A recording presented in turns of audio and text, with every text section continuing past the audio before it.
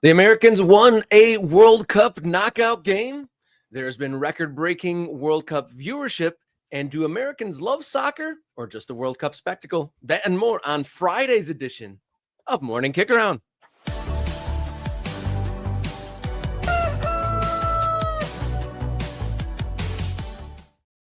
Hello and welcome to the show. You found your way to Morning Kicker, on the show that dots the map of the ever-changing American soccer landscape.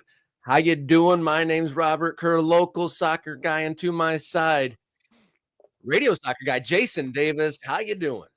It's a rough hair day. I'm just noticing how bad things are back there, guys. A little bit of bedhead this morning, but I'm feeling good. Ready to talk about soccer in America. Is it Friday, Rob? Do I have that right? Yes, if you triangulate it and find the sun in the east, it'll say it's Friday. Okay, and it's also the day before the 4th of July. It's the 3rd of July, if that's how math works. So let's say happy 4th of July to all of our friends out there who celebrate such things. Hopefully everybody not in my part of the country is going to be outside grilling their hot dogs and their hamburgers and enjoying their fireworks. I live in the D.C. metropolitan area, the DMV, as people like to call it, and it is already 90 degrees at 9:30 in the morning.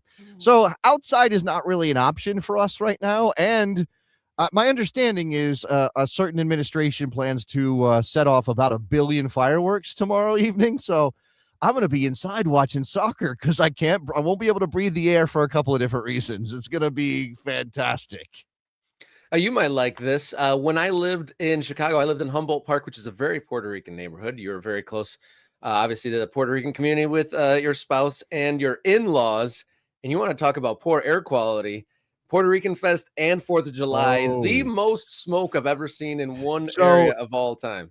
Yeah, that's interesting. I have not experienced the Puerto Rican 4th of July because on the island, whatever, the 4th of July, whatever. It's not really their holiday, right? But of course, the weather is always good enough for fireworks in Puerto Rico, and on New Year's Eve, man, they go absolutely bonkers with the fireworks. So I can understand what you're talking about. Let's say hello to all of our ultras this morning. Everybody who has supported our little program here as we grow. There's Kate. Kate's number one through the door.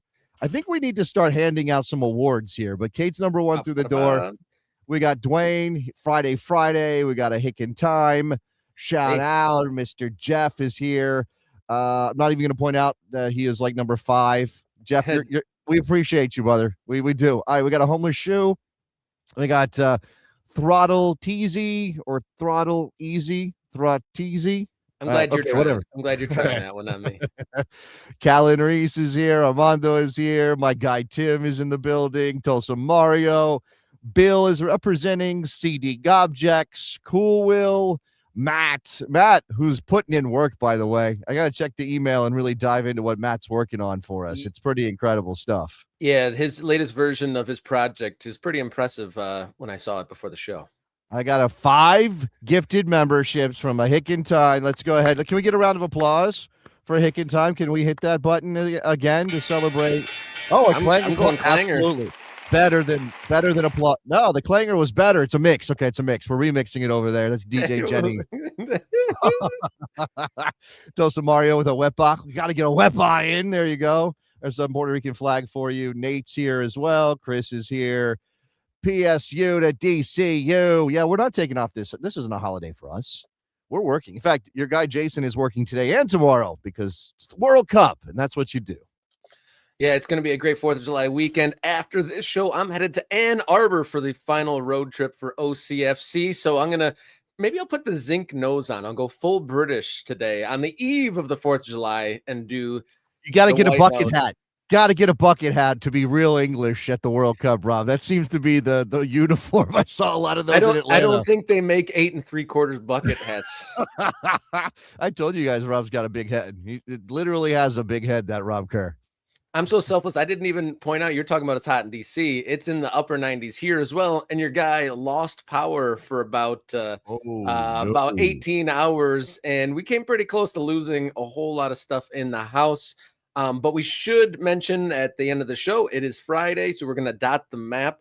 And so I saw that there's a few new members, and then we have at least 5 new ones if a Hick in Times gifts are accepted. So throw your locations in there, and at the end of the show, we will dot the map that shows where all of our MK Ultras are from. And another membership bonus, obviously, you always get $3.99 gets you priority access to comments on screen during these live shows. You get access to bonus content and the Morning Kickaround Discord. But the store we have enacted, it's been enabled 10% discount for everything in the merchandise. For ultras. Oh, okay. Never mind. It's for everybody. I thought it was for ultras. I guess it's for everybody. Put it up. Everybody go over to the quick. You don't have to be an ultra to get the 10% discount. It's right there. Use the code that you see on the screen. And maybe maybe we should leave it though for the podcast listeners. I know there's some out there who just listen to our podcast every day because YouTube is visual and they don't always come by. You gotta watch the video to get the code. We're putting it on the screen right now, but we're not going to say it out loud, right, Rob? I guess not. We'll not say, but please note the spelling, because in our heightened level of professionalism, the word, one of our catchphrases, has a little bit of ambiguity to the spelling. So look on screen for the 10% discount code at the Morning Kickaround shop. And we're going to be starting to cook up some new designs. So we definitely want you guys to access and have the opportunity to get your hands on the first edition of the MK collection over there on Fourth Wall. And we're happy that the store is reconnected to the YouTube channel as well. So check that out. Another update on merch. So we've done a second run of the Morning Kickaround jersey, which we may have some people here, Rob, who aren't familiar with what we created for Morning Kickaround, the first ever Morning Kickaround jersey. So allow me to throw that on stage. There it is right there. The second run is complete. The box of jerseys is sitting in my house right now. If I might risk spontaneously combusting if I go outside. I'm going to go outside at some point, but I've had some transportation issues with a car in the shop this week. But I will get those out in the mail or in the post, as Rob would say, at some point in the very near future, so that everyone can get their hands on their jersey if you have ordered one.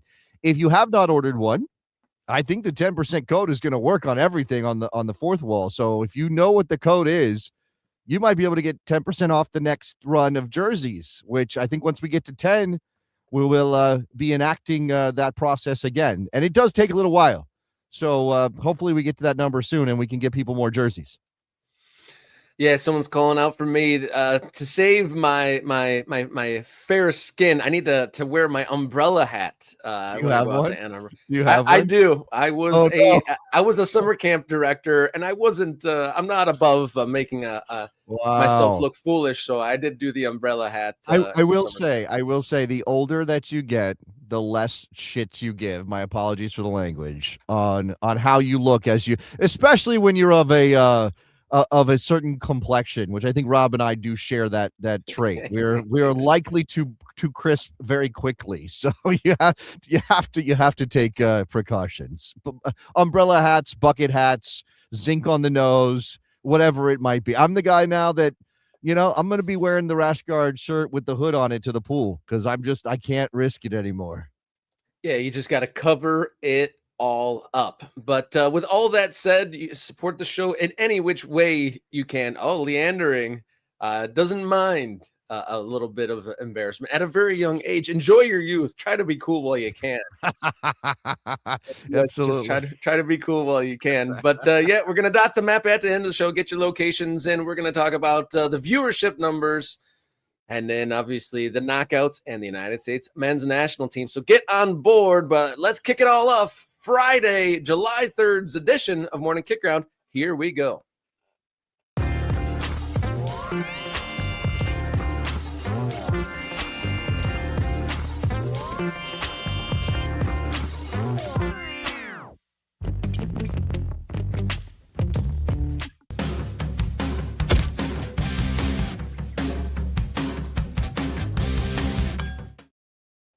Here we go. Morning Kickaround, leading the way. United States men's national team won a knockout game.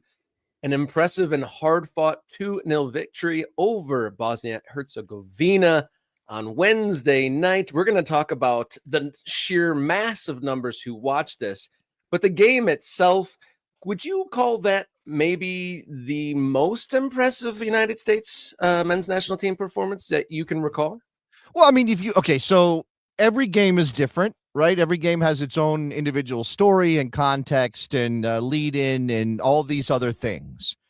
And I think if you go back to day one at the World Cup for the U.S. men's national team and you talk about absolutely bum rushing Paraguay, ending up with 4 goals on the day, including that incredible uh, goal from Gio Reyna to cap the whole thing off, the Trivela, that feels like more of a statement because of the scoreline. Like on paper, it looks more impressive to have dropped 4. But I would say that this was a knockout game. This was win or go home, and actually win or stay home for the United States. This was not just advance in the World Cup, which there's always pressure to do. It's advance in a home World Cup. And if you lose, man, all anybody is going to talk about is how wasted an opportunity that was, not just for the U.S. men's national team, Rob, but for soccer, period, in America. Now, I think it's probably a little wrong to load up the U.S. men's national team with all that responsibility when we have a very successful women's team that has won multiple World Cups. Of course. But there is this truth in that statement that is, people get excited when they can fly the flag, when they can be excited about they feel pride in what we're doing. I mean, and we'll talk about this a little bit more later, I think, in the context of the viewership of the the Olympics come around every 4 years. And people are like, I've never seen this sport before in my life, but an American's good at it. Go. Yay. I'm a big fan now. Right now, people became absolute curling super fans for some reason the last couple of World Olympics. And that happens every 4 years, Rob. It does. It happens every 4 years. And people that live in like Minnesota and Michigan, I'm sure, and places like that are like, oh, what, we've been doing this what are you people talking about? I've been doing this for years, sliding these big stones on the ice and drinking beer. Where have you been? Right. Of course. Right. But niche AF. Yes, right. And the Olympics do that, right? Suddenly I know a lot about bobsledding for about 3 weeks. This thing, though, is obviously soccer's baked in to America. Like it is. It's in there. It's an ingredient. How big of an ingredient? We can talk about that, but it's an ingredient. So when you talk about the pressure that's on this team to perform because of the home World Cup, yeah, maybe. Now I see Nate. Shout out to Nate, very thoughtful guy.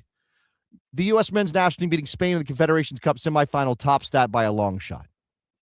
Now, that was an incredible moment in American men's soccer history back in 2009. It's one of my favorite games ever in any sport, right? Because I watched it live. It was an incredible experience to see the United States knock off the then number one, unbeaten for like 20 matches. It was nuts how good Spain was at the time.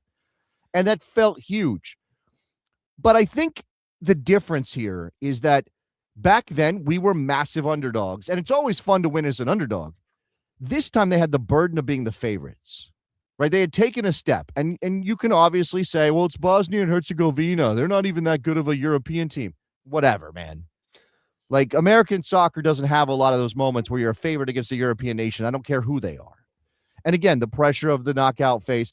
So the resolve of that group, Rob, particularly with the way it played out, right? That's what you're talking about. Like the fact that the game never felt like it was out of the U.S.'s hands, even when they were down 10 men and up by a single goal.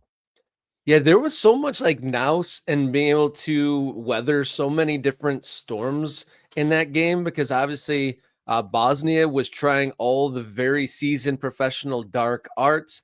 They were pulling, tripping, doing afters after the whistle, all the little things that I've seen men's national teams unnerved by in the past. Well, hold on. How about Edin Dzeko decleating Tyler Adams? How about that one? That's not a little thing off the ball. That's not getting an extra shot in. That's not leaving a leg. That's not, a little clip on the ankle. He absolutely obliterated Tyler Adams. And did the referee do anything about it? No, he did not. He didn't do that at all. And throughout the whole game, the way it all played out, I was actually surprised that the United States got that free kick that led to the amazing Tillman goal. But even though the referee calls weren't going their way and they were down to 10 men, and I'm sure you've talked about this at length on all your various platforms about the Balogun red card, and everyone that I've talked to and was around at the time was up in arms. I haven't seen a single pundit who agreed with it, but when in that moment, the pendulum of momentum for a time was with Bosnia, and It they was. Yeah. scored at the absolute perfect time, because once that went in, I wasn't worried anymore, even though that Bosnia was taking shots and they came close wide left and right on a couple of occasions.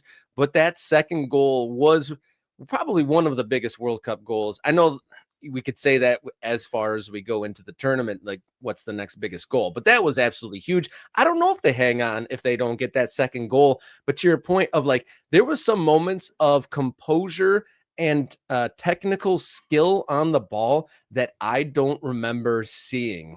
Yeah. References to O2 and whatnot, they were hanging on back then, and they kind of scraped through back in the day to get to that quarterfinal. But there were so many times when Bosnia tried to corner United States players, like, and force a turnover, and the players, not just one single player like Pulisic or whatever, the whole team was able to use their technical ability on the ball to get touches and passes out of pressure on so many occasions, not just like, oh, there was a nice touch, but like almost that whole second half, they were able to take touches and make moves and 1-2s to get themselves out of trouble. A very seasoned performance that I don't recall ever seeing. Yeah.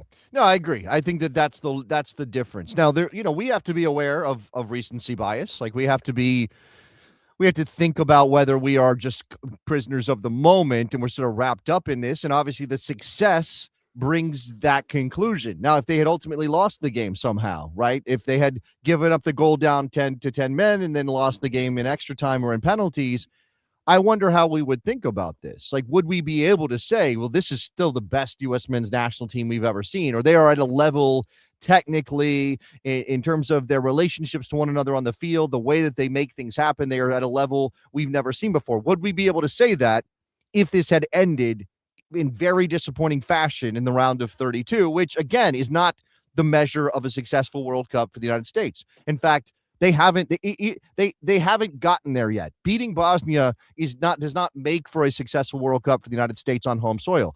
Beating Belgium and making the quarterfinal would be that level, right? That's where you could say now it's a successful World Cup. Now it's one we can really hang our hat on. Now it matches 0-2 in terms of the level you reach in the tournament, even if it means winning one more game. And obviously, like, every game they win is adding to a record World Cup. Like, it is adding to a World Cup in terms of overall performance we've never seen before from the U.S. men's national team. And I'm sure there are people that are going to want to undermine it. Like, I've been dealing a lot. I did 3 hours of post-game radio after the match with Winalda, and there was very little of it, but I still got my hackles raised when people would say, yeah, but no, not for the first 3 hours after the game do you get to say, yeah, but. If you want to later on start to chip away at this achievement because you're just that kind of miserable person, fine. Go ahead. And I do think there is absolutely, you need to have your reality goggles on so you can be clear-eyed about what you didn't do well so you can fix it or do better. And it will be a different challenge against Belgium. Like, Monday is going to be a very different game than what we saw against Bosnia and Herzegovina.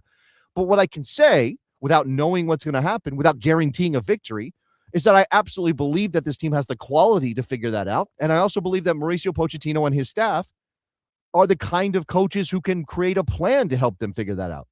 There's obviously the big issue of Balogun and replacing him. But I at any other point in U.S. men's national team history, if you said our number one striker is out for the game for whatever reason, and remember in 2014, we lost Altidore in the first game of that tournament. If you said, oh, we have to go into a knockout game against Belgium without our number 9, I'd say, oh my God, we're screwed. It's over. Like, lovely World Cup to this point, but nice memories, but it's over. I don't feel that way about this team. And maybe that's not necessarily rational, Rob. Maybe I'm being a little bit too wrapped up in it, caught up in it. But I think that's what this team has done. Yeah, hopefully that's just confidence and not hubris on your part. But yeah, definitely feel more equipped and more strength across the squad to like not. I mean, I've in my mind, men's national team games outside of this tournament. I call them the caveat kings. Like whenever you're excited for something, there's always like, oh, that person's out, or they're playing on a crappy surface, or this, that, or the other. There's always like a thing to caveat a game or a performance. But I think that to your point, stronger throughout up and down the squad. That it's not as it's a blow, but we'll come back later in the show and talk about who we might think is the replacement. Is it a person? Is it a system change or what? But I do want to talk about this though, and I got goosebumps just kind of thinking about it. Malik Tillman and the moment, the free kick, the broadcast, the ISO shot of Tillman when it's just his face. He's contemplating, he's taking his breaths, he's going through his mental routine. That shot was such cinema leading up to that.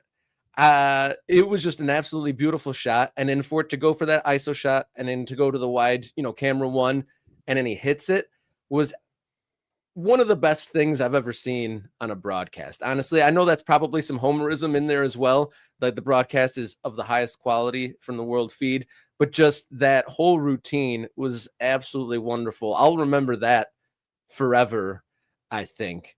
With all the high quality moments, there is one thing maybe we want to save the buts. Well, one thing I'm a little bit concerned about. I want to say something about Malik Tillman. Sure. That moment, that visual of the way he steps up, takes that free kick, and then you have the bloody sock situation. Rob, do you know about the bloody sock? I saw him in the press conference. That wasn't because I was a little nervous before that whole sequence when they were lining it up. He actually tried to take his steps back and stepped on one of his teammates before that, and I was like, oh, these guys are disorganized, and then they got themselves together. But someone stepped on his foot, and he kind of had like a hole in his boot, and it bloodied his foot. Is that what it is? Yeah, he got stepped on. His boot actually got split open, and he had to replace it right before the free kick. So he literally took that free kick with that bloody toe and a brand new boot on his foot because of that foul. Right? I mean, you get stepped on and you get bloodied. It's probably a foul, whether it's called or not. But I just wanted to bring that up. That boot should go into the Soccer Hall of Fame down there in Frisco, Texas, right? I believe it's going to Zurich and is actually going into the Football Hall of Fame or whatever they call it in Zurich. I actually saw a note about that, which is wild. But yeah, that's what they're doing with it. Oh, that's pretty impressive. To address one of our MK Ultra's comments talking about getting nervous at the end with the long shots, but he brings up Matt Freese. The only thing about that performance that made me nervous was Matt Freese coming for corners and not getting there. There was a couple times where he found himself out of position, having come out swinging and missing. Do you have any cause for concern? Because the United States goalies have been largely untested. I don't remember like a standout save. I'm not going to imagine a problem that hasn't been a problem yet. I'm not going to conjure a problem. That's just not that. To me, that is fretful behavior that I don't need to engage in. Like, I might have concerns about the overall game against Belgium, but it's a team effort, right? And if the U.S. does a decent job keeping Belgium in check, then Matt Freese won't be called into action all that often. And if he's not called into action all that often, you limit the number of problems that he might have in goal. So am I 100% sure that Matt Freese is like a world-class goalkeeper that's going to, save our asses the way Tim Howard did for 120 minutes until we ultimately lost that game against Belgium in 2014? No, but that doesn't mean I necessarily think he's going to be the reason we lose a game. And we could jump into this whole Balogun replacement now if you'd like. Armando saying it's Pepe. Is it a swap in, swap out, or they go to a different kind of system, you think? So, I mean, I've seen a couple of different ideas. I have no idea what Pochettino is going to do because I think he surprised us with the Australia decision when he didn't have Christian Pulisic available. And I think, this is very much like anything else where it becomes a negative feedback loop. It's like, oh, we're in trouble because Pepe. Okay. What I will say is that no matter who starts, they are going to not be as good as Folarin Balogun. All right, we could just say that Balogun has been incredible in this tournament. He's obviously part of the reason that they have reached this level. It's always going to be a problem when you lose a player who's on that kind of form. but it's up to Pochettino, and right, this is where the faith thing goes. It's up to Pochettino to figure out a way to not make that debilitating for the United States, to not make that the reason they lose the game. Like, oh, we lost the game because we didn't have Balogun. There needs to be some sort of approach that allows them to create chances and do things without having Balogun, who is an excellent 1v1 individual solo shot creator, right? And Pepe's not that. Now, Pepe does other things well. He presses really, really well. I think his hold-up play is passable, if not excellent. I think, there are other ways. He makes good runs. He makes smart runs, particularly to the near and far posts when required. So the U.S. and he can do things that aren't about him getting on the ball. They're about dragging defenders, right? So moving people around. And I think that's what Pochettino's going to focus on. And a couple ideas, and I'm not advocating for any of these. I'm not sure where I fall. Obviously, one is just swap Pepe in for Balogun and play the same way you've been playing in all of these games except for Australia. Number two is Haji Wright instead of Balogun, right? A lot of people might advocate. Haji Wright's a big target, right? Mm-hmm. And if you look at this Belgium team, they don't have a ton of height back there. They're not Bosnia in terms of their center backs. So you might be able to think, let's go put the ball in the air a little bit. In fact, Pepe's, I think, 6'1", 6'2", and can get up there. So maybe you're using that as a different kind of weapon. They haven't been cross-focused to this point, but maybe, right? So I think there's also this idea that you can play both of them the way that they did against Australia. They could do something in that mode. Haji Wright is also very good on the wing and can drift around to different spaces. Now, again, you've got already sort of a setup where on the right, McKennie, Dest, and Freeman are all kind of combining. And you obviously have if you watch the game back against Bosnia, how many times did Tim Ream pick his head up and try to curl that ball into the left channel for a Pulisic or a Jedi Robinson on a run, right? So how is that impacted if it's not Balogun, whoever you play? So, and then this idea came up, and I don't like this because I think he's been so good in the midfield. But Malik Tillman as a false nine has come up as an idea for some people. And I have to think about that a little bit more and conjure how it might play. But there you go. Yeah, that would be interesting. That would definitely change a lot of things up. And Tillman played so well that you'd hate to rock the boat too much on that. But to kind of refocus, United States men's national team, if you are under a rock, are taking on Belgium on Monday night. We're talking about what do we do about replacing Balogun, who you could argue was in the absolute form of his life. We've seen him play well in spurts and in streaks. He's had some hot and cold moments for club, but has been absolutely the guy here in this World Cup for the USA. Not going to have him due to a much debated red card decision, but looking ahead at that Monday game versus Belgium, perhaps a chance to do one better than 12 years ago when the United States took Belgium to the limit.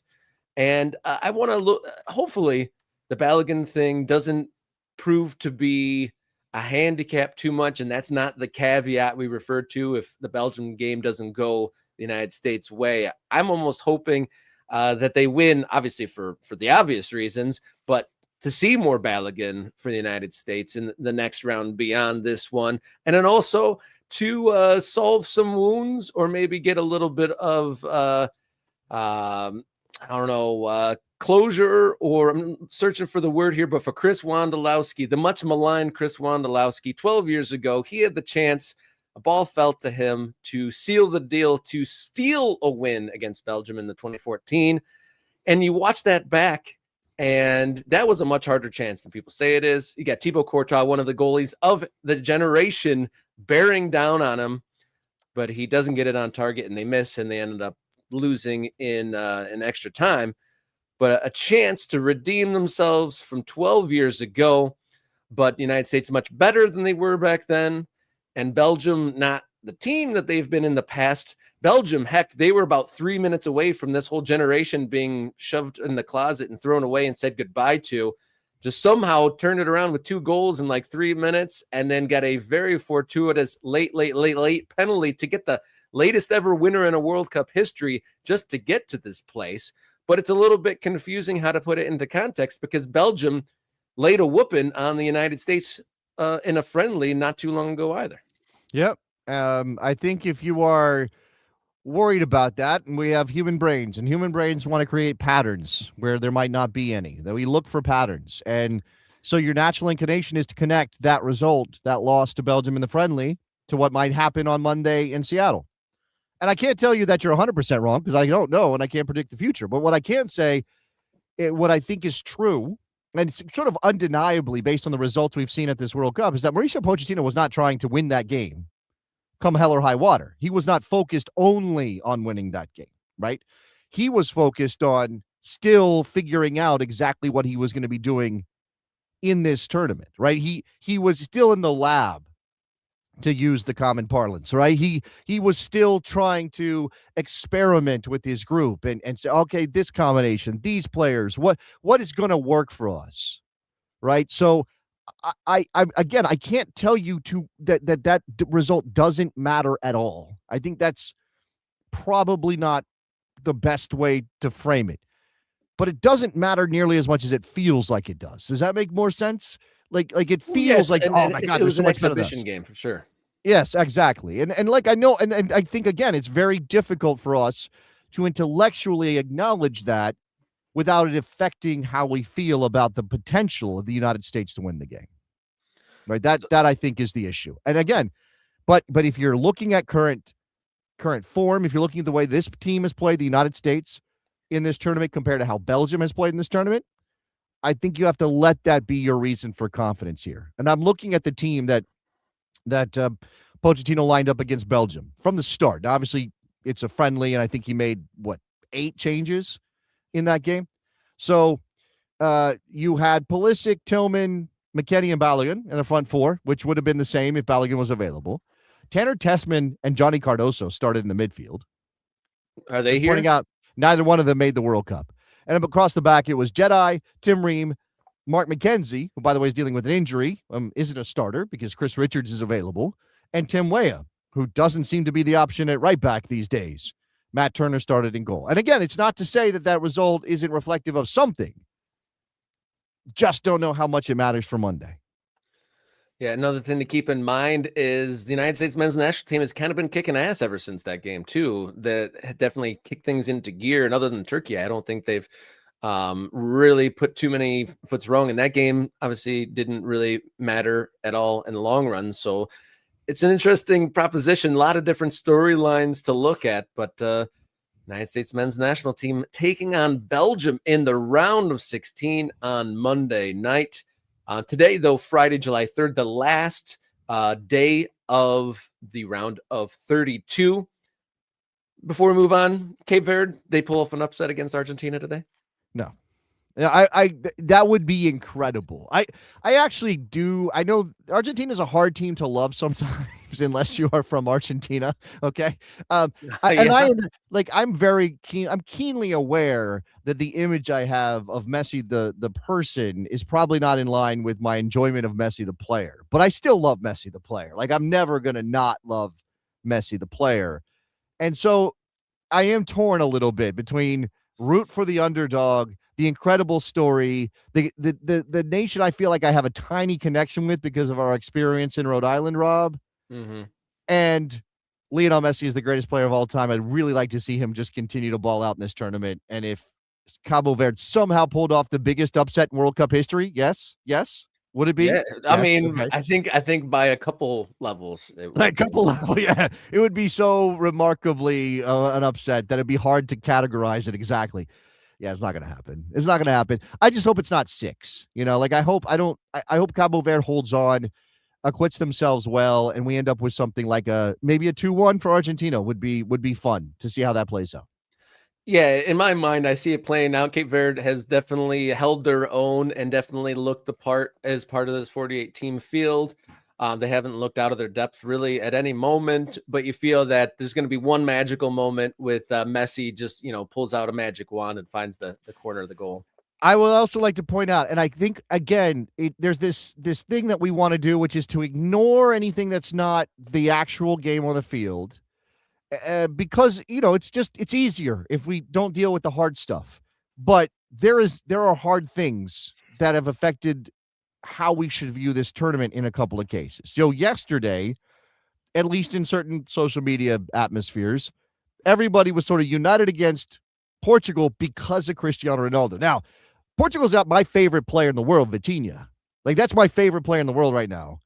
And they also have a bunch of other guys I like, and yet here I am going, oh, yeah, Portugal needs to lose because Cristiano Ronaldo, first of all, like, he's just icky. But also, remember Las Vegas, like, that thing of how can you possibly be on the side of somebody who has credibly been accused of sexual assault, right? That, and there is a Cabo Verde, the captain of Cabo Verde, Ryan Mendes, is credibly accused of sexual assault. So, Oh no. and it's not that long ago that this happened, and he's here and he's playing in the World Cup, and it makes it hard, right? Because the underdog story of Cabo Verde is so powerful. The ability of that team to unite their islands, represent the people, the diaspora around the world, like, that's such an incredible feel-good story. You just want to jump on that bandwagon. But it's also important to note these other things. Like, and nothing is perfect, I guess, is the lesson. And I'm not going to judge you if you're still on Cabo Verde's side in this game. I'm just pointing out that there's something hard we have to deal with. Yeah, I mean, it's a human game, and there's a lot of imperfections in humans, especially when there's so many players involved. There's going to be some checkered history in amongst that, and how do you parse that is, I guess, up to us all individually. I was a huge proponent of Portugal in this tournament before. There was a window last year when Ronaldo was not involved, and I was pulling for them to be kind of a dark horse to win this one. But with his involvement and the way the coach is handling him and the team, I'm not rooting for them anymore. And we're pretty far into this tournament. But yesterday was the first day where I had to chill. I was very busy doing other things, but I had to chill. I've had the games on almost this whole way through, but with the England game and the USA game, I was, for the first time, World Cup spent yesterday. But with an interesting lineup of games with this last day around the 32. Australia, Egypt. Australia are still here? No, in my mind, they were booted out when we took them down. Argentina, Cape Verde at 6 Eastern, and then Colombia, Ghana, which probably, in my mind, excites me the most out of all those matchups. I couldn't pull a winner. Does Colombia have the creativity to break down a stubborn Ghana? We'll see late night tonight. I'm here for some upsets, right? My team is now into the round of 16. I want them to continue. Outside of that, kind of here for some upsets. And I was, no offense, Rob, and I think we talked about this. I was rooting for DR Congo to keep it going against England, but Harry Kane they did a Harry Kane thing. So, and we do get Mexico, England at the Azteca on Sunday, which is gonna be wild. It's gonna be one of the great World Cup games of all time. I think. I don't even know how it's going to play it on the field. I just think the atmosphere is going to be incredible. It's going to be interesting how England responds to the pressures of playing and the physical realities of playing at altitude in Mexico City. So yeah, but I'd like to see some upsets in the round of 32 games we have left. Yeah, we're going to talk about viewership and whatnot here in this next segment, but I saw projections that England versus Mexico could break the records for the biggest viewed event of all time, sports or otherwise, which would be pretty incredible. And the English podcast that I still listen to, they are kind of, for lack of better words, shitting a brick when it comes to playing Mexico in Mexico City, and the kind of the science of playing in at elevation. The English team's preparations is kind of playing into the worst possible solution. Because I guess the understood science is you go to elevation and play within 24 hours before the oxygen levels in your blood start changing and stuff like that. Or you get there 2 weeks ahead of time and then your body fully adjusts to the altitude. But England are coming in 48 hours, which is, I guess, the beginning of that process of your body adjusting the oxygen levels to the attendance or to the elevation. And so the English, kind of sensitive creatures in effect. We saw how being in South Africa with the Vuvuzelas threw them off their game, and then being in hot environments has thrown them off their game in the past. So I do think that this is going to be probably one of the toughest environments England will play in. And they're definitely, at least the media sphere around that, are very concerned about that. But a fascinating watch that will be. But we'll come back to viewership and today's big question when we come back here on Morning Kickaround. Stick with us.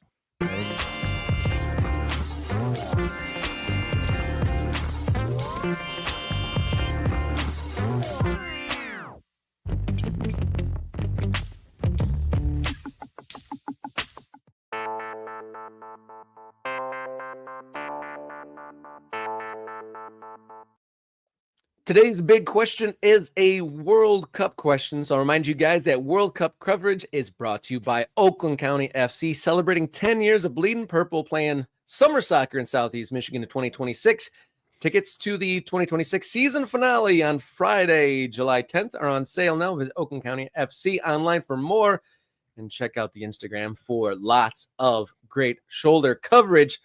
So, record viewership was reported for Wednesday night's game between United States and Bosnia and Herzegovina, 24.4 million, according to Fox, with an additional 9 to 10 million on Telemundo, putting the peak audience over 31 million viewers.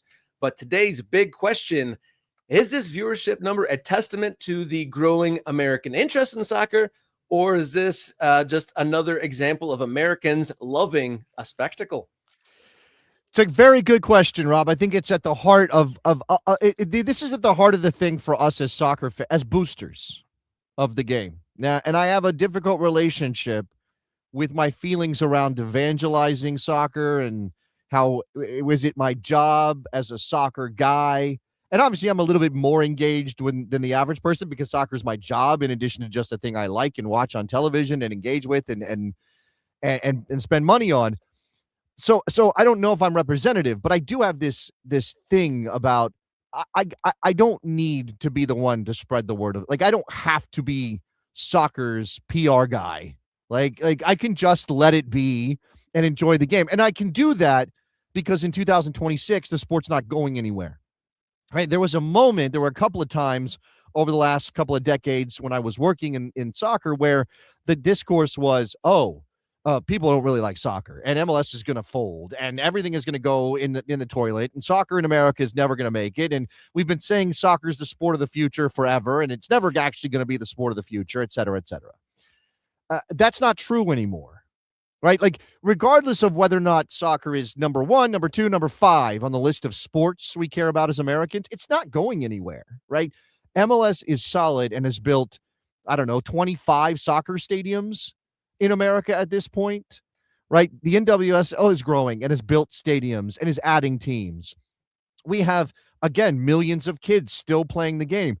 There are now academies attached to a lot of these clubs that are working to develop players because that's sort of like what you do, but it's also a business. Like, it's all like the game is baked into who we are as Americans, which I think is reflected by this number, right?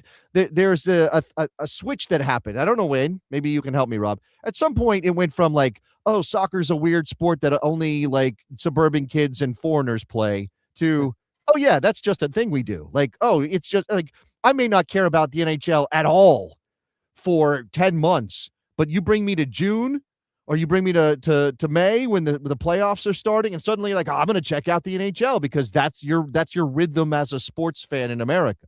Like, how many people care about like stakes of a game and a spectacle? Yeah. Who raise your hand if you watch any horse racing outside the Kentucky Derby or maybe the Preakness. Like, nobody does in 2026, and yet we still make a big deal about the Kentucky Derby.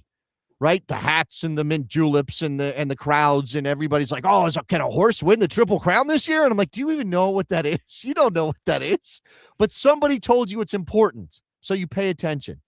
Is that where soccer is at this point? Like, every 4 years, just like the Olympics, we suddenly pay attention because it's a big event? Or is this reflective of a real depth to soccer's place in American sports? Well, you're talking about when did that switch happen? And I think that to the same point of being told that it's something that's important is NBC's coverage of the Premier League. The validity that they gave that league and that sport with their production, I think, is really what turned that page. It was, incrementally changing. I had friends that, went from calling me a foot fairy to then watching World Cups. went I'd from never heard nothing that. to world. I'd never heard that one in my life. Wow, really?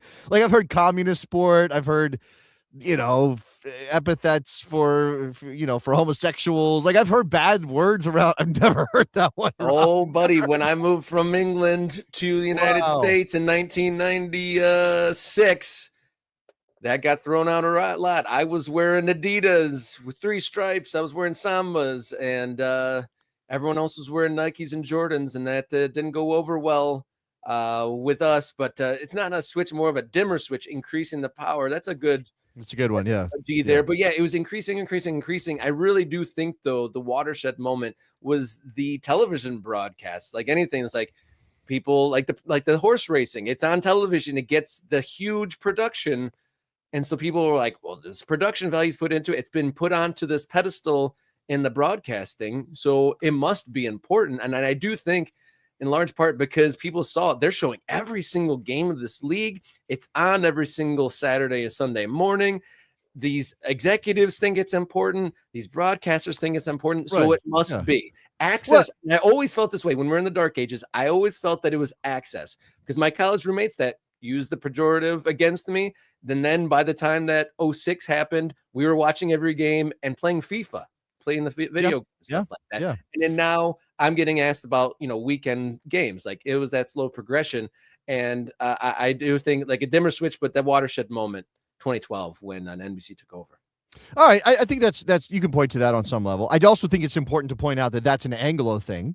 Like that we're talking about no, look, it's largely an English speaking country, right? But it's not entirely or universally an English speaking country. And certainly there have been people in this country who have been tied in and care about the sport in very large numbers for a long time who maybe speak Spanish at home, just to bring up, one example and probably the second most spoken language in the country, right? That I think that's important to point out. But of course there's a mainstream and that mainstream hinges on English language media. And the fact that soccer has become a thing that is thought of as mainstream is for somebody who played as a kid in the 80s when I had no access to anything except for like myths about Pele, or maybe my friend had an 86 World Cup highlights tape, right? Like that was about it for me. That was the best soccer I was going to see. There were no national team games on television. We were just talking about this because this is obviously part of it. In 1990, so this is prior to 94 when ABC and ESPN had the tournament, and it was much bigger deal because it was happening here, and obviously the time slots were good. Back in 1990, the World Cup was on TNT. That's one of the family of networks owned by Ted Turner, the late now Ted Turner, right?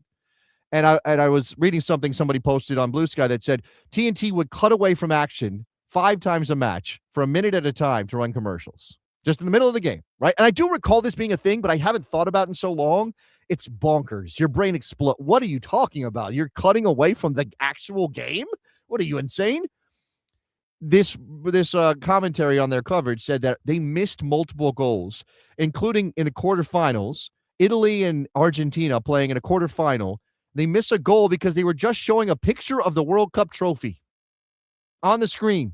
Like they weren't watching. It wasn't split screen. It wasn't like an inset. They were like, "Hey, here's the World Cup trophy," and they came back and, "Oh yeah, we missed a goal."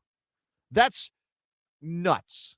That's nuts. Now, I also think it's, though, again, a bit of context, right? The way that a culture adapts to something like this when it's not sort of there from the inception of its sports experience.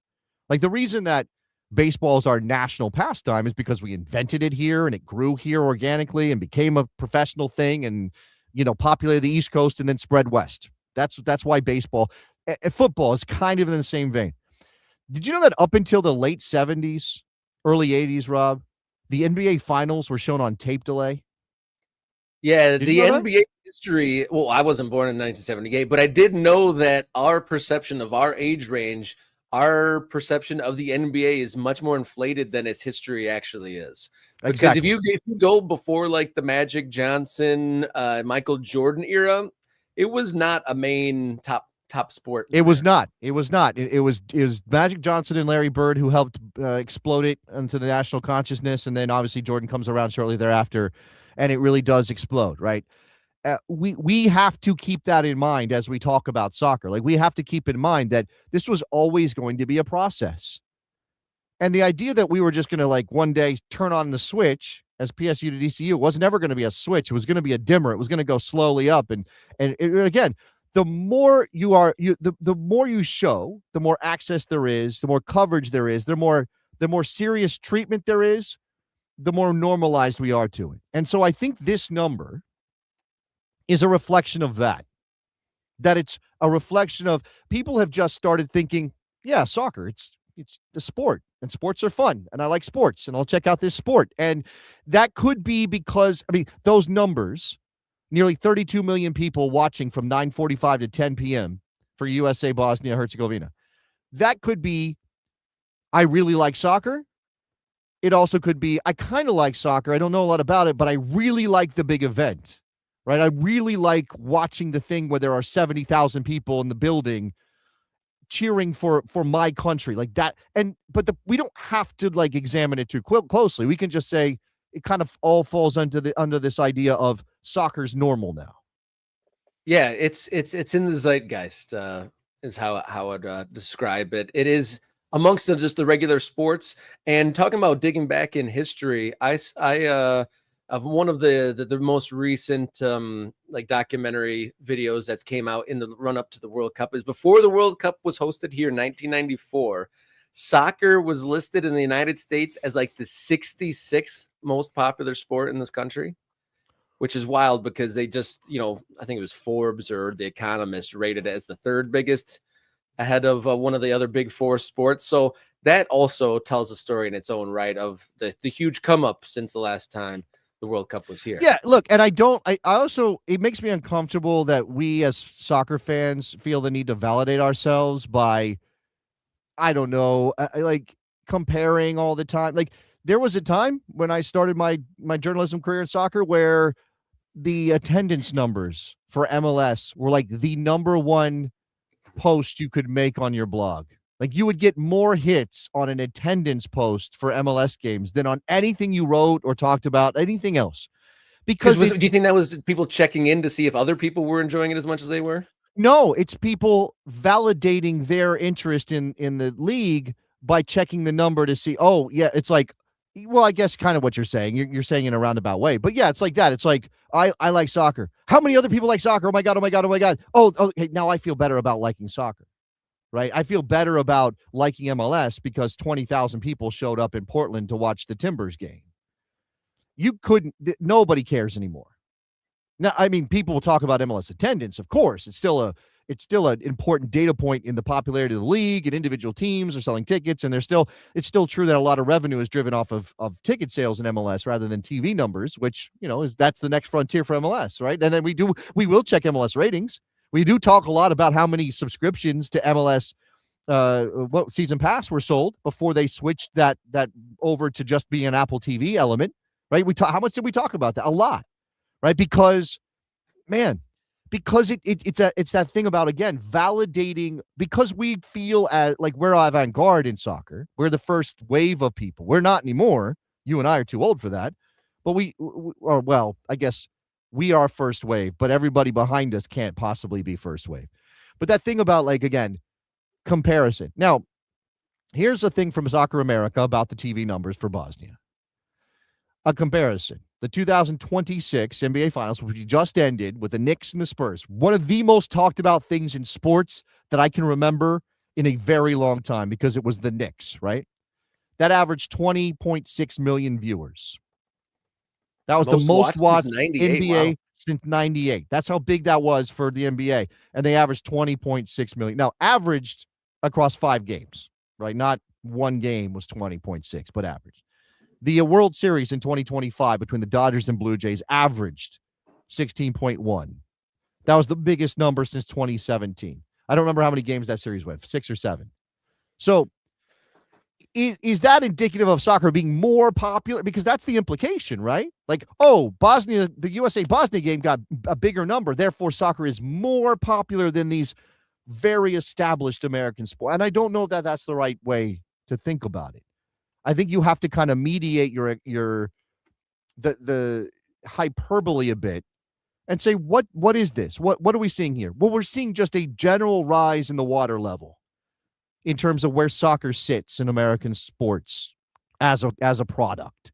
And this is unique, right? Because the US flag won't be draped over those MLS games when people maybe tune in or maybe consider buying a subscription, right? It's going to be you're going to interact with that very differently than you do with this, right? And I'm not saying it can't be a big boost to soccer. I just think, and we shouldn't be upset, or we shouldn't be critical, or we shouldn't be taking shots at all the powers that be if it doesn't translate one for one. And it's great to see towns that aren't necessarily known for these soccer meetups. We know about the Seattles and the Kansas Cities and a couple other hot spots for soccer. But even here in Metro Detroit, Campus Martius, which is like the main square downtown Detroit, people gathered in for a watch party. And you don't really see the national team doesn't really come in here. But yes, thank you. I wanted to bring this in too. Paul in Pontiac, great point here. Oh, this isn't the exact comment I was thinking of. Saw fans always interested in where the group is headed. Watching attendance numbers is an easy way to assess group accept. But I also want to bring in Paul and Pontiac's comment about the big three sports historically are falling behind, possibly by the prop bet gambling, fans drifting towards soccer's new entertainment sport. And I think to your point, Paul, thanks for tuning in today, is that the stakes of the traditional big American sports have been lessened and lessened. People see that there's only a few teams truly going hell to leather to win every year, and a lot of teams cruising. And the fact that the pro-rel concept has been dropped into the larger understanding has helped people kind of realize, like, it doesn't have to be like that, where like so many teams and so many cities of fans, their team is not in the mix at all, especially in baseball and basketball. There's so many teams that are irrelevant, and in the betting doesn't help either. No, I don't know. I can't speak to how the betting is impacting all of that. I do know betting has affected everything, and it doesn't feel like people are always interacting with sports the same way we used to. Like, I've never been I have friends that were gambling before it was legalized in the way it is now, and it always felt weird to me. Like, I understand it creates stakes that now your interest, but I was like, I'm just watching because I like watching the games, and I find a reason. I was the kid, again, like I talk about this, who would get up and watch the watch the noon kickoffs East Coast and stay up until 1 o'clock in the morning to watch Hawaii play in college football, because I just loved college football that much. And it was the pageantry of it and the passion of it. And I think that's the same thing that leads me to be such a big soccer fan, that I see that connection that the people have, the people who support these teams, who go out and fill the stadiums. I see that same sort of connection, right? And we were talking about this too. And you and I could do 3 hours on this topic, but that, there is this idea of bringing some college sports traditions into our soccer support for our national team in particular. And I'm fine with that. I'm absolutely fine with that. That is a way to use our already established American support styles and bring that to soccer, rather than sort of examining this and going, well, we don't do it like Eastern Europe, or we don't do it like the English, which I always think is very dumb. And so I'm okay with that. But there's that thing about, like, is your connection to the sport sort of that emotional one rather than an intellectual one? Because I think when you're gambling, it's an intellectual connection, right? And if you are watching the news, and we have more access to any of this stuff than we've ever had in history, then you can see, oh, that team is tanking for a draft pick, and there's really clear evidence, and we're seeing all the reports. Or, yeah, that owner isn't interested in spending money, right? He's a billionaire making excuses for why the Trailblazers can't actually spend any money to do X, Y, or Z. Like, and that stuff does dampen our excitement for the teams that we have cared about for a long time. I mean, I can't tell you, even though we had a great run last year, I can't tell you that I feel as close to the Denver Broncos as I did as a kid, in part because now the Walton family owns the team, and it's not as fun. It's just not as fun. Yeah, the Broncos are the biggest, the wealthiest team in NFL now, right? After all that, I mean, that's a whole huge different change. But in that's the thing, like, perspective. but why would I think about this too when we talk about soccer, Rob, and you're a Liverpool fan, so this isn't really part of your experience. Your team generally is going to be in the mix to win something. But when you are a Fulham I'm fan, also a like, Peterborough Posh fan, so I okay, know both well, sides. maybe this fits more with Peterborough then. This thing of like accepting your plight, like, oh, we are just gonna be like, if Fulham stays in the English Premier League, what a great season we had. Yeah, Like the best I job can done. hope for Job done. is mid-table success, and it feels very weird, especially as an American, to sort of accept that, right? Um, when you hear that your owner has billions and billions and billions of dollars, and now you are the richest team, how am I supposed to engage with that? Right now, I'm supposed to be like demanding that my owners spend, and of course, but this is the thing about money. Money has a corroding effect, I think, on fandom. Even if you support the biggest clubs, even if your team has the most money, it's a corrosive effect on how our connections work with our teams. Because now, instead of just like, I can be thrilled if we put it together, and I'm just kind of receiving this experience, now I'm engaging directly with this idea of, well, you have all this money, why aren't you spending it? Or yeah, I don't know. I'd have to flesh this out more and maybe write something on it. But the days of being sort of like naive about any of this stuff and therefore able to just root for your team without complication, that's over. That's absolutely over. And we're not putting that genie back in the bottle. But I do kind of lament that a little bit. Well, yeah, I mean, but there's my side from it. You're talking about being okay with mediocrity or mid-table success in the Premier League as what your lot in life as a Fulham fan is, but both Fulham and Liverpool, you could dig into almost any ownership group, and there's going to be something that is dicey because as a Liverpool fan, I have to accept the fact that it's also the owner of the Red Sox, and they're all into different kinds of ways of making money. And then the front of shirt sponsors, Standard Chartered, they had their own corruption issues that kind of got swept away pretty quietly, that they were in the mix of the whole like mortgage crisis in the late aughts. And so, yeah, we all have to parse our way through Well, I things. mean, that's the thing. Like there was I mean, I guess, or when I was a young person, like a kid, I didn't know any different. I didn't understand how sports worked, and obviously, sports have changed. So it's not like things haven't been aren't different now than they were when I was watching the Broncos go to Super Bowls in the '80s It's not just or the mill whatever. owner who's feeling generous and Right, loves but that's sports. the thing. And this is what is lost in English football in particular. And I feel for English football fans, like the club was the club, and you had a board, right? But the club was the business, and it wasn't. And this is why now all the rules are around how much money you can put in, because instead of it being the club is the business, and all you really care about is just doing enough to put a good team on the field and maybe win a title or whatever. Now it's like, well, do you have a billionaire?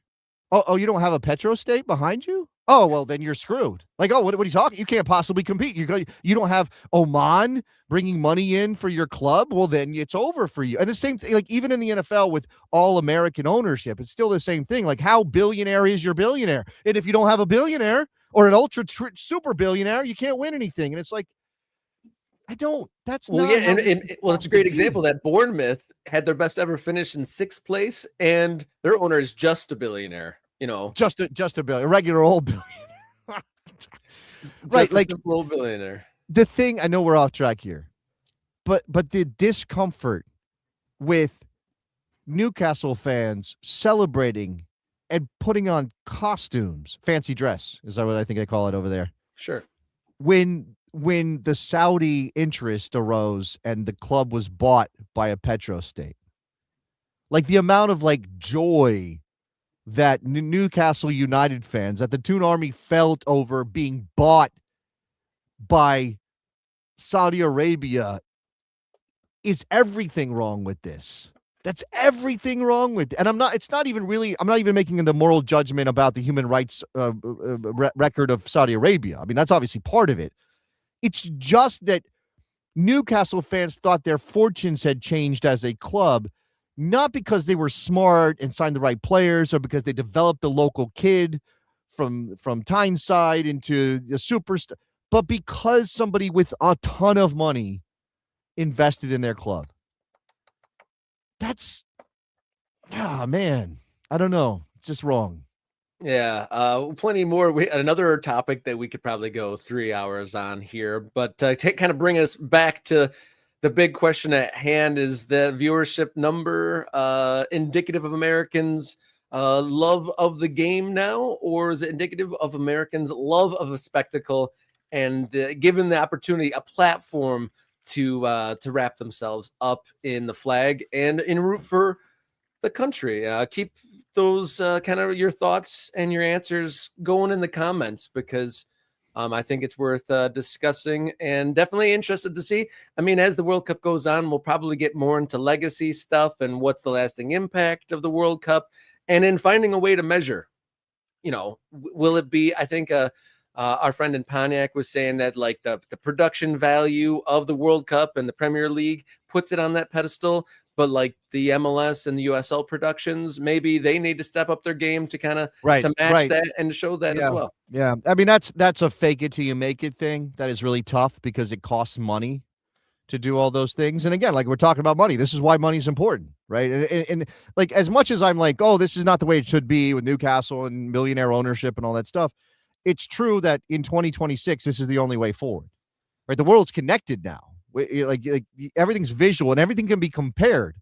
The worst possible thing for any American soccer product is to be compared unfavorably to another available soccer product, right? And you can lean into community connections and local support and representing the people of Albuquerque or Tulsa or whatever. And those things can go a long way. And I think that's obviously the base that you build from. But if you want to take that next step, if you want the league to truly grow into something that is you know, notable, I guess is the right word. And by the way, growth for the sake of growth is uncomfortable for me sometimes too. Like so at some point it's kind of like maybe you're good where you are. Maybe just like to maintain it instead of trying to grow all the time, because that pressure to grow makes decisions that ultimately sometimes submarine the whole project. But yeah, that thing about you kind of have to put on the big show even when you're not at that level yet, so that the people who don't know any better go, oh yeah, this is important, this looks important, it sounds good. As important to Major League Soccer as the quality of their product on the field, and I really believe this, is how many fans are in the building and how they sound when you're watching the game. Like that stuff, Matt, this is why people are attracted to what's happening with the U.S. men's national team on some level, because and I know that our guy in Pontiac said this, right? You're being validated in your interest by the size of the crowd and by the boisterous nature, but it's also just that's the show. And who doesn't want to engage with that when everybody is having fun and it's so loud? And this is college football. This is why I think that culture is so important to all of this. Yeah, think about it. In a college football stadium, how many people are in there, have no clue what's going on with football, but they love it because the excitement and being in the crowd in general. But we guys got a couple minutes. If there's any new MK Ultras that accepted those gift memberships at the top of the show or have become a member in the last week or so, put your location. You got a couple minutes to dot the map here before we get out of here. Haven't seen any locations drop in the live chat, but your benefits to becoming an MK Ultra for now. YouTube is trying to up the rates, but for now, $3.99 a month gets you priority commenting on screen, access to bonus content, and access to the Morning Kickaround Discord server that we continue these conversations we have on the show over there. From new clubs starting, USL, MLS, national team, World Cup, folks even starting their own clubs. Get into the Discord for that. To wrap up this segment, I'll remind you guys that World Cup coverage is brought to you now by Oakland County FC, celebrating 10 years of summer soccer in Southeast Michigan in 2026. Tickets to the season finale on the 10th of July on sale at oaklandcountyfc.com.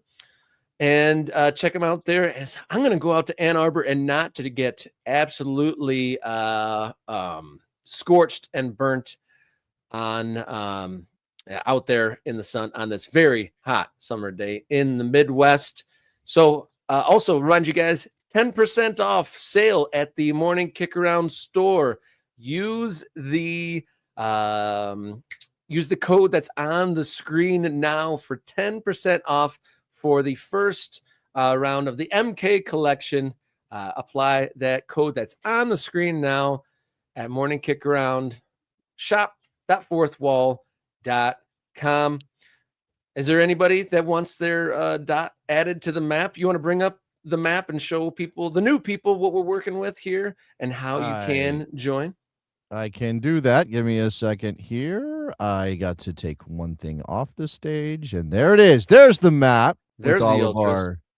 there are our ultras. They are there. Yeah, man, look, I think this is pretty impressive. I think we've been doing a pretty good job. I think the ultras have stepped up. We've even got one in Canada, two in Canada. We've got one over here in the We had a couple viewers Ireland. in the UK. In Ireland. We Shrimper Steve is not on. He's not dotted. I got to figure out where Shrimper Steve is because I know he is in England somewhere. He's a South End guy. Should we put it there until he corrects us? That we can do that. I didn't see him in the chat this morning. I know it's afternoon for him. So South End on the sea, there in the south of England. He's very excited. So amongst the threads on the Morning Kickaround Discord server is an England thread. I know to Jason's, I'm sure you got mixed feelings about that being in our Discord, but Shrimper Steve giving us tons of updates. He's excited about the new. No. I'm not. What? I'm so American soccer that I can't appreciate an England channel in our No, of course. If there's a dedicated place to go talk about English football, yeah, I would. Look. As much as I don't love the idea that American soccer should always take its cues from English football, I respect the hell out of English football and its history and its culture and all that. Of course I do. And South End United? Is it United? Is it a United team? Aren't they a United team? South End United. I believe so. And Paul and Pontiac, are you on the map? Is it Pontiac, Michigan? Is that accurate to your handle? We'd love to put you on the map if you're not there already. Thank you for tuning in and chiming in today. But yeah, Michigan well represented here on the map. Can I say something as well? Like, of course. So we have awesome ultras who give gift memberships on a fairly regular basis. Like we had 5 already today from a Hick and Time, right? So see, I'm clicking, you're clicking, everybody's clicking. There's a Hick and Time who gave out 5 today. If anybody else would like to give out memberships, this is the moment. Fantastic opportunity to do that, and then we can dot the map. When you get your gift membership, that's obviously for 1 month, right? 1 month of gift membership. It's on you then to renew your membership, which require, of course, it's not a gift anymore. Now you're having to pay to be an ultra, and we would love to have you do that. Like, stick around. You can be dotted during your gift month. We don't take dots off the map, right? We're not like, oh, you're no longer a member. Your gift membership expired. You're done. Get out of here, smoke demon, mad cat. No, we don't do that, but it is sort of like an honor system, right? Like if you are not an ultra, should you have a dot on the map anymore, or should maybe you just re-up and then we don't have a worry, we don't have a concern about your dot representing somebody who's not a member anymore, not an ultra. Yeah, and shout out to the folks that I believe did this. They're 1 month members who we got a notification that you rejoined. So shout out to Robin Clark, Connor Wormers, Real Wicked Brew, Matt Prater, Boom Shay, CHSMT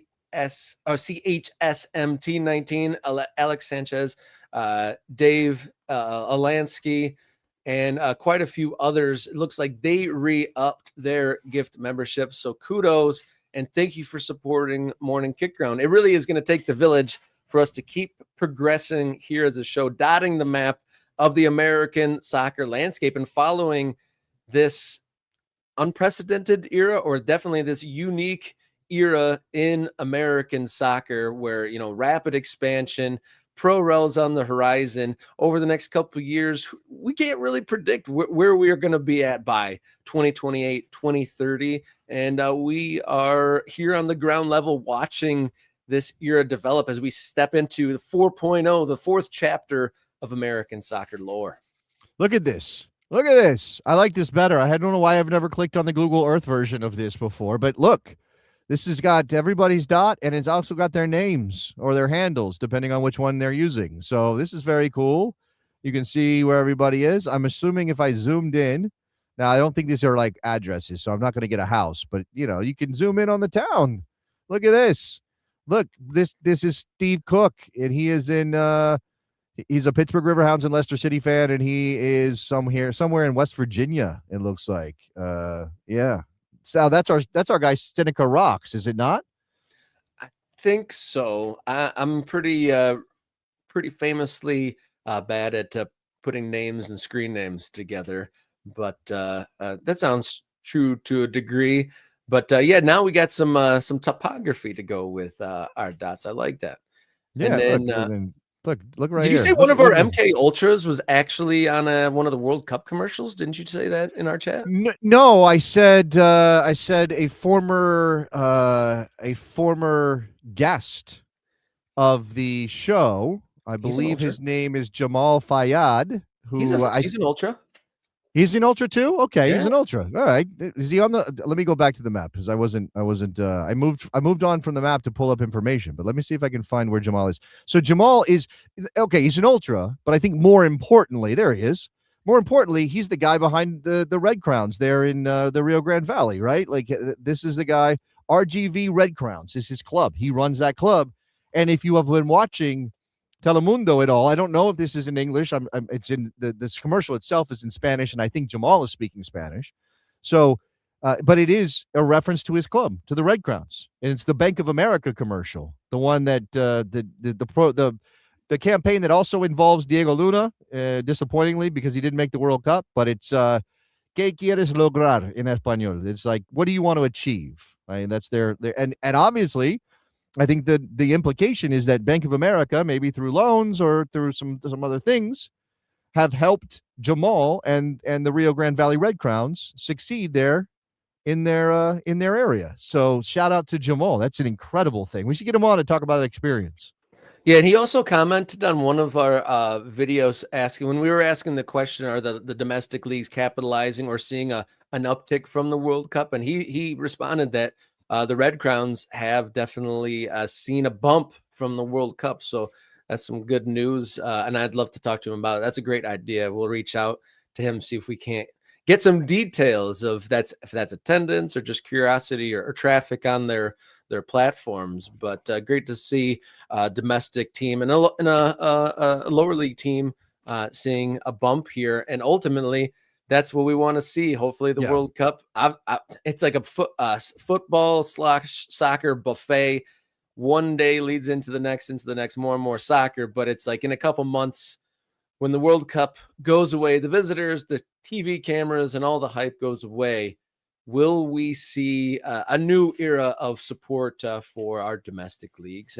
But obviously, all the building and the new club creations are going to continue. Actually, that's something I haven't even thought about.